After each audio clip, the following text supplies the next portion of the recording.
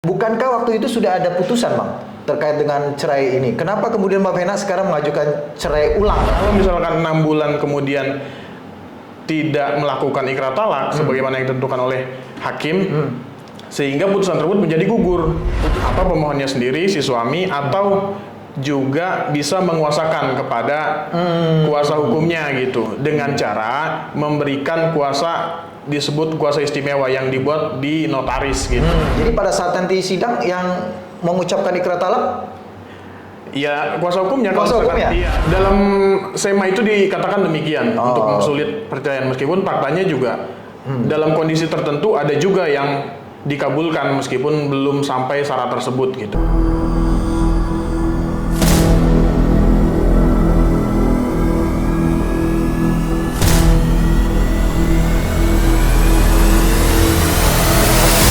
Assalamualaikum warahmatullahi wabarakatuh.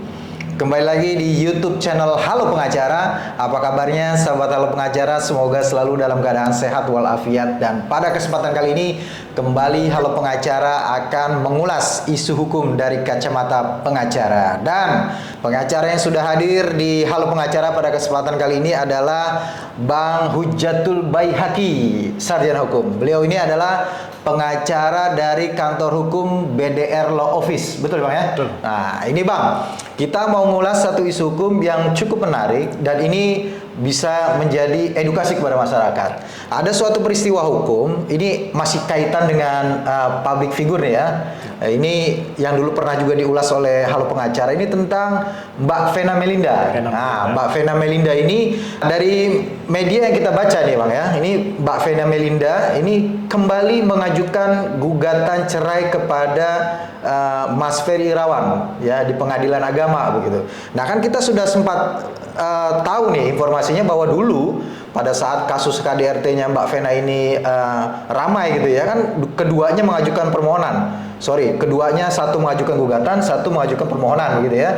Mbak Vena mengajukan gugatan, Mas Ferry mengajukan permohonan cerai talak begitu ya. Dan dua-duanya berjalan. Nah, ketika berjalan kalau tidak salah satu pihak yaitu Mbak Vena mencabut. Nah, sehingga perkara yang diperiksa adalah perkara Mas Ferry Irawan. Nah, bukankah waktu itu sudah ada putusan, Bang, terkait dengan cerai ini? Kenapa kemudian Mbak Vena sekarang mengajukan cerai ulang lah kalau bahasa Halo Pengacara gitu, Bang? Iya, kalau dilihat dari konstruksi hukumnya ya, kalau yang kemarin itu kan yang akhirnya berjalan itu karena Mbak Vena Melinda itu dicabut gugatannya, kemudian yang berjalan dulu permohonan, sehingga yang jalan itu adalah permohonan talaknya dari Mas Ferry. Nah, kalau misalkan permohonan itu ada waktu yang diberikan oleh majelis hakim, yaitu 6 bulan untuk yang mengajukan permohonan, dalam hal ini Mas Ferry, untuk mengajukan atau melakukan ikrar talak. Oke, sebelum ke ikrar talak, pada saat itu putusannya memang seperti apa? Apakah dikabulkan atau ditolak gitu sehingga harus ada gugatan ulang gitu? Nah, permohonan yang diajukan Mas Ferry ini kan diterima akhirnya kan, diberikan izin untuk memberikan talak terhadap mengucapkan ikrar talak, yaitu selama diberi tenggat waktu, yaitu selama 6 bulan. Kalau misalkan hukum acaranya itu selama 6 bulan. Kalau misalkan 6 bulan kemudian tidak melakukan ikrar talak sebagaimana yang ditentukan oleh hakim, sehingga putusan tersebut menjadi gugur. Putusan gugur itu maksudnya apa? Akhirnya nggak jadi. Apakah kemudian status perkawinannya seperti semula lagi gitu maksudnya? Nah, dikembalikan lagi seperti semula. Oke, berarti dianggap tidak pernah ada perceraian. Betul. Begitu? Oh, jadi kondisinya pada saat itu Mas Ferry tidak melakukan ikrar talak.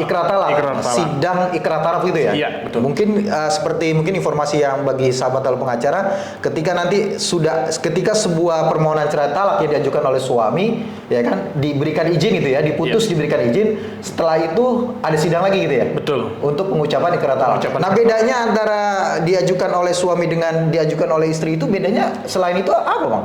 Nah, kalau misalkan permohonan, ujungnya kan nanti hakim akan memberikan izin untuk mengucapkan ikrar talak. Rentan waktu 6 bulan tadi. Kalau misalkan diajukan oleh istri, itu disebutnya gugatan. Nah, kalau misalkan gugatan, kalau dikabulkan ya gugatan tersebut, maka pernikahan tersebut atau perkawinan tersebut putus karena perceraian diputuskan oleh hakim. Jadi tidak ada ikrar talak. Tidak ada sidang gitu ya? Tidak ada. Oke. Sementara kalau yang tadi kita ulas karena ini diajukan oleh suami. Gitu ya, itu maka harus ada ikrar talaknya. Nah, pada saat kondisi seperti waktu kemarin Mas Ferry dua-duanya mengajukan itu, Bang, itu memang Mbak Vena berhak nggak waktu itu untuk Mas Ferry aja yang cabut begitu, Mbak Vena yang jalan begitu pada saat itu?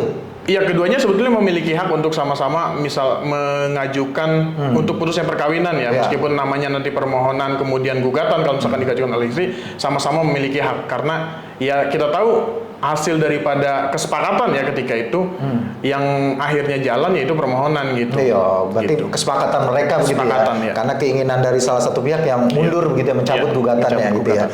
Nah, ini kan sebenarnya pengucapan ikrar talak ini kan tadi diberikan waktunya 6 bulan. 6 bulan.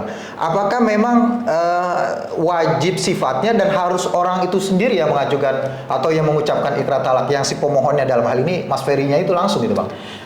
Ya, hukum acara sebetulnya memberikan pilihan ya, bisa pemohonnya sendiri si suami atau juga bisa menguasakan kepada kuasa hukumnya gitu dengan cara memberikan kuasa disebut kuasa istimewa yang dibuat di notaris gitu.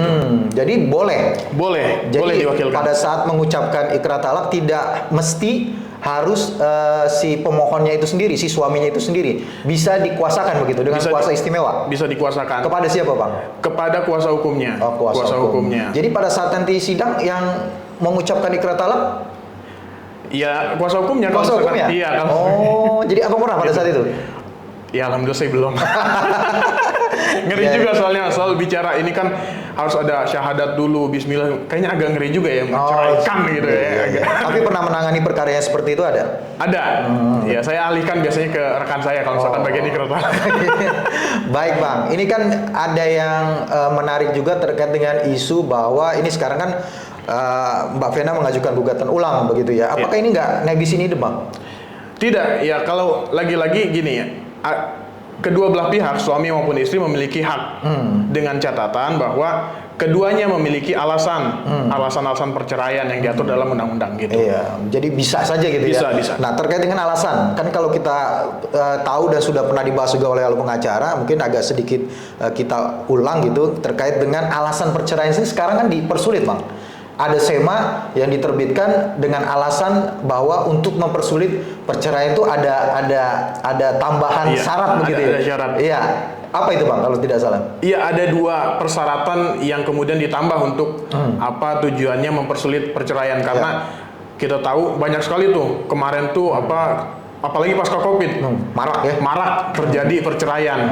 Nah, akhirnya SEMA itu dikeluarkan untuk mempersulit perceraian. Yang pertama, kalau misalkan adanya pertengkaran antara kedua belah pihak yang terus menerus, maka harus ada rentan waktu 6 bulan untuk keduanya pisah dulu gitu. Itu yang pertama. Kalau misalkan yang kedua tentang tidak dinafkahi. Nah, kalau misalkan tidak dinafkahi, maka harus ada rentan waktu 1 tahun tidak dinafkahi, sehingga harus terpenuhi dulu 2 itu untuk mempersulit perceraian. Iya, ya. Berarti kalau itu belum terpenuhi, kan ada juga kondisi misalkan orang baru menikah atau katakanlah sudah menikah lama, tapi pertengkarannya baru terjadi 1 bulan, 2 bulan, kemudian baru pisah itu maksudnya pengertiannya pisah tempat tinggal, gitu. Iya. Yaitu baru sebulan 2 bulan, itu berarti belum bisa diterima ya? Dalam SEMA itu dikatakan demikian untuk mempersulit perceraian, meskipun faktanya juga dalam kondisi tertentu ada juga yang dikabulkan meskipun belum sampai syarat tersebut gitu. Ya, oke, baik. Kalau terkait dengan perceraian ini sering ya Badar menangani, BDR menangani perkara perceraian ini ya? Iya, perkara-perkara perceraian gitu ya. Jadi bisa menghubungi nanti di nomor ini ya, nanti bagi boleh. Mau berkonsultasi begitu ya, Bang. Siap, ya, untuk siap. Atau ingin perkaranya ditangani oleh BDR Law Office begitu ya. Makasih, Bang Hujatul Baihaqi atas informasinya dan ulasannya pada kesempatan kali ini.